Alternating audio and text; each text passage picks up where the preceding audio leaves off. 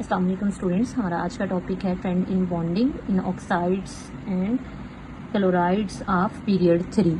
इसमें हम डिस्कस करेंगे trend in bonding in oxide और इसके अलावा हम डिस्कस करेंगे trend in bonding in chlorides और क्लासिफिकेशन ऑफ ऑक्साइड्स देखेंगे। जैसा कि आपको पता है कि हम लोग ईजी वे में सीखते हैं केमिस्ट्री को पढ़ना टिप्स एंड ट्रिक्स के साथ। इसके अलावा मैं लास्ट पे असेसमेंट ऐड करूंगी, आप लेक्चर सुनने के बाद उसको भी अटेम्प्ट करिएगा ताकि आपको पता चल जाए कि आपको लेक्चर की कितनी समझ आई है। अब हम डिस्कस कर लेते हैं trend in bonding in oxides. Students, हम लोग ऑक्साइड्स की बात करते हैं। हमारे पास ऑक्साइड्स आ जाते हैं, ग्रुप 1 के एलिमेंट्स हैं, ग्रुप 2 और ग्रुप 3 के एलिमेंट्स होते हैं।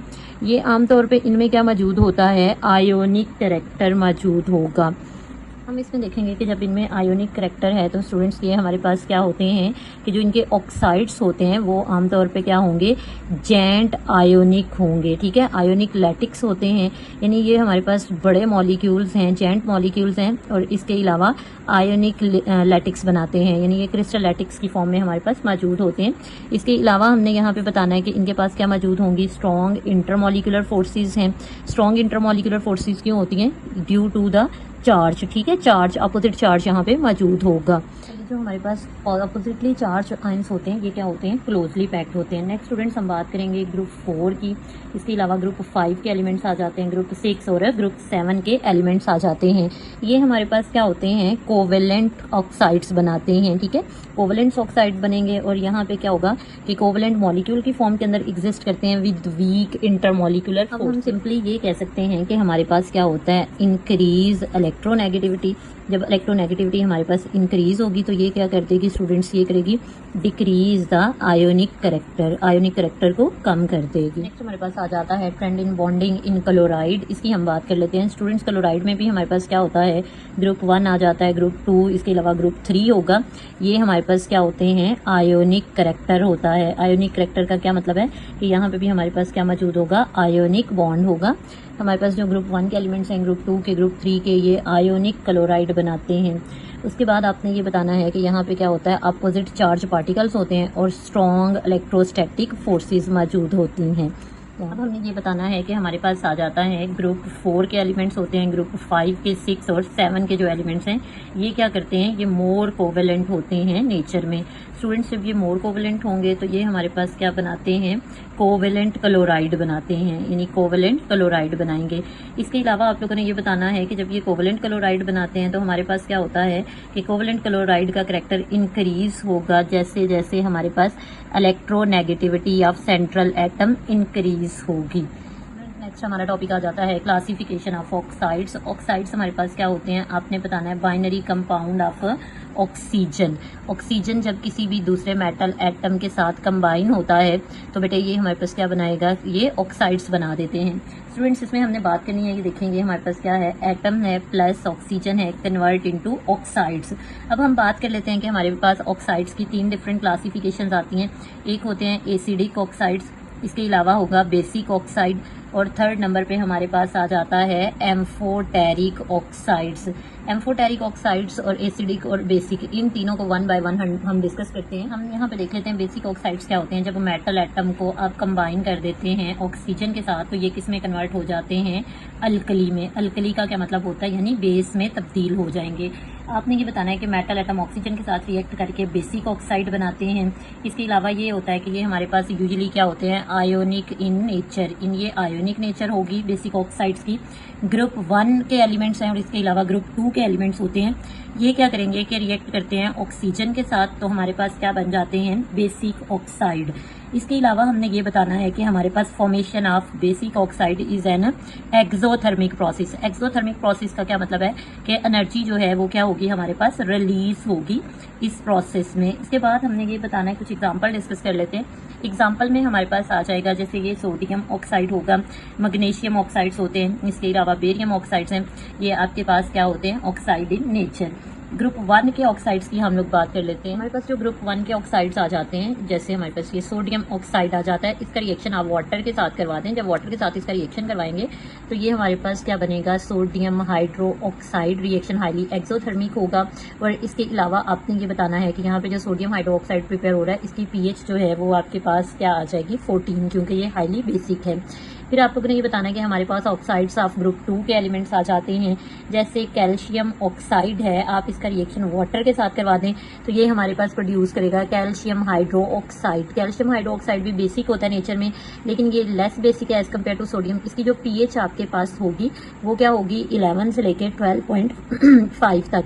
उसके बाद आपने ये बताना है कि जो हमारे पास बेसिसिटी होती है, यानी बेसिक कॉन्सेप्ट जो है, बेसिक प्रॉपर्टी जो है हमारे पास, basicity down the group increase होगी। ठीक हो गया, ये हमारे पास आ जाते हैं ऑक्साइड्स ऑफ ग्रुप 1 एंड 2, यानी बेसिक ऑक्साइड्स हमारे पास आ जाएंगे। स्टूडेंट्स नेक्स्ट हमारे पास आ जाता है एसिडिक ऑक्साइड्स। एसिडिक ऑक्साइड में क्या होता है कि नॉन मेटल का रिएक्शन हम लोग किसके साथ करवाते हैं, ऑक्सीजन के साथ, तो ये कन्वर्ट हो जाते हैं एसिडिक ऑक्साइड में। उसके बाद आप लोगों ने ये बताना है कि जो हमारे पास एसिडिक ऑक्साइड है, फर्दर इसका रिएक्शन अगर वाटर के साथ करवा दें तो ये हमारे पास एसिड में कन्वर्ट हो जाते हैं।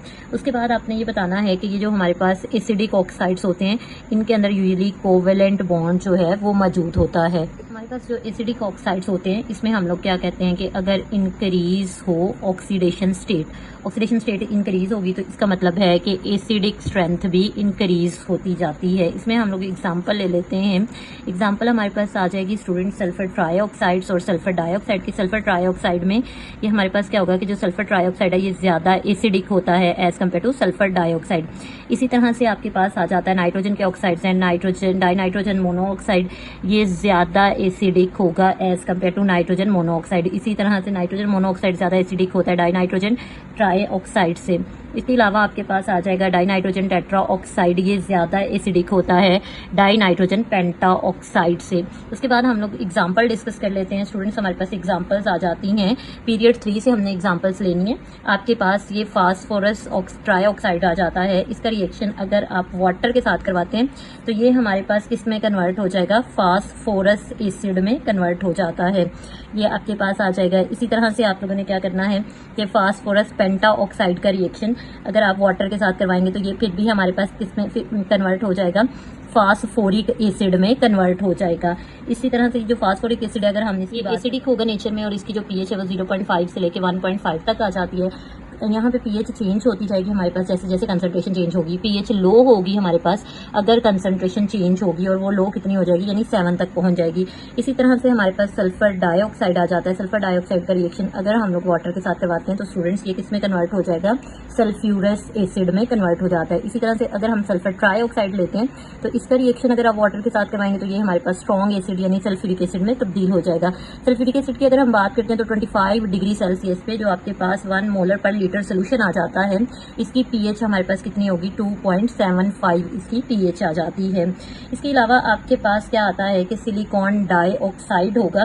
अगर सिलिकॉन डाइऑक्साइड का रिएक्शन आप किसके साथ करवा लेते हो, बेस के साथ, तो ये किसके तौर पे बिहेव करेगा, एसिडिक, क्योंकि ये वैसे भी हमारे पास नेचर में क्या होता है, एसिडिक ऑक्साइड है।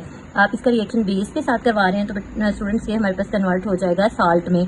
आपके पास बनेगा सोडियम सिलिकेट साल्ट आ जाएगा और इसके अलावा साथ ही साथ ये वाटर मॉलिक्यूल में कन्वर्ट हो जाएगा। इसी तरह से आपने ये बताना है कि हमारे पास फास्फोरस पेंटा ऑक्साइड आ जाता है। इसका रिएक्शन अगर आप लोग बेस के साथ करवाते हो तो ये हमारे पास कन्वर्ट हो जाएगा सोडियम फास्फेट में कन्वर्ट होता है। इसके अलावा आपने ये बताना है कि ये हमारे पास सोडियम फास्फेट बनाएगा और साथ ही साथ यहाँ पे वाटर मॉलिक्यूल्स जो हैं वो एलिमिनेट हो जाएंगे। और अगर आप रिएक्शन सल्फर डाइऑक्साइड के साथ करवाते हो बेस का, ये हम लोग बात कर रहे हैं कि जो हमारे पास एसिडिक ऑक्साइड्स हैं, ये तीनों हमारे पास एसिडिक ऑक्साइड्स होते हैं, हम इसका रिएक्शन करवा रहे हैं सल्फर डाइऑक्साइड का बेस के साथ, तो ये हमारे पास साल्ट बन जाएगा और इसके अलावा क्या बनेगा, यहाँ पे वाटर प्रोड्यूस हो जाएगा। नेक्स्ट हमारे पास आ जाता है एम्फोटेरिक ऑक्साइड्स। एम्फोटेरिक क्या होते हैं कि आपने मेटालाइट का रिएक्शन ऑक्सीजन के साथ करवाना है तो ये एम्फोटेरिक ऑक्साइड को प्रोड्यूस करते हैं। आपने ये बताना है कि ये जो एम्फोटेरिक होते हैं ये ड्यूल नेचर होते हैं, यानी ये रिएक्ट करेंगे बोथ, दोनों के साथ ही रिएक्ट कर सकते हैं, ठीक है, both acid and base, acid और बेस के साथ रिएक्शन कर सकते हैं।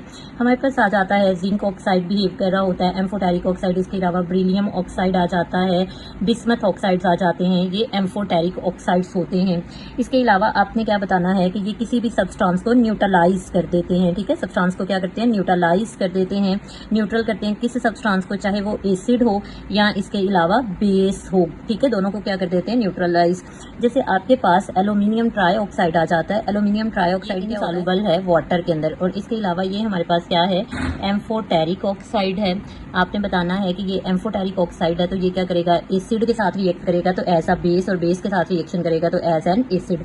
जैसे कि डाई एल्यूमिनियम ट्राईऑक्साइड जिसको हम एलुमिना बोलते हैं, इसका रिएक्शन HCl के साथ करवाना है, ये हमारे पास कन्वर्ट हो जाएगा एल्यूमिनियम ट्राईक्लोराइड में, और इसके अलावा वाटर मॉलिक्यूल प्रोड्यूस होगा। अगर हम लोग क्या करते हैं कि इस एल्यूमिनियम ऑक्साइड का रिएक्शन आप लोग करवा लेते हैं सोडियम हाइड्रो ऑक्साइड के साथ, तो ये हमारे पास किस में कन्वर्ट हो जाएगा, सोडियम एल्यूमिनेट में कन्वर्ट होता है, और इसके अलावा साथ ही साथ वाटर मॉलिक्यूल भी प्रोड्यूस हो जाते हैं। इसके अलावा जिंक ऑक्साइड हमारे पास बिहेव करता है एज एन एम्फोटेरिक ऑक्साइड। अगर हम लोग क्या करते हैं कि जिंक ऑक्साइड का रिएक्शन HCl के साथ करवाते हैं, तो ये हमारे पास कन्वर्ट हो जाएगा जिंक क्लोराइड में, और वाटर मॉलिक्यूल एलिमिनेट होगा। और इसके अलावा क्या होता है कि अगर हम लोग क्या करते हैं, इस जिंक ऑक्साइड का रिएक्शन बेस के साथ करवाते हैं सोडियम हाइड्रो ऑक्साइड के साथ, तो ये हमारे पास कन्वर्ट हो जाता है सोडियम जिंकेट में, और साथ ही साथ वाटर मॉलिक्यूल जो हैं वो भी एलिमिनेट होते हैं। फ्रेंड्स, ये हमारे पास आ जाता है ऑक्साइड्स की क्लासिफिकेशन है, और इसके अलावा हमारे पास ट्रेंड आ जाता है बॉन्डिंग इन ऑक्साइड और इसके अलावा क्लोराइड्स में। आई होप कि आपको समझ आया होगा अच्छे से। जो भी आपके क्वेश्चन है कमेंट सेक्शन में कमेंट करें, और इसके अलावा इसका जो लास्ट असेसमेंट है उसके सही आंसर कमेंट सेक्शन में ऐड करें। Thank you.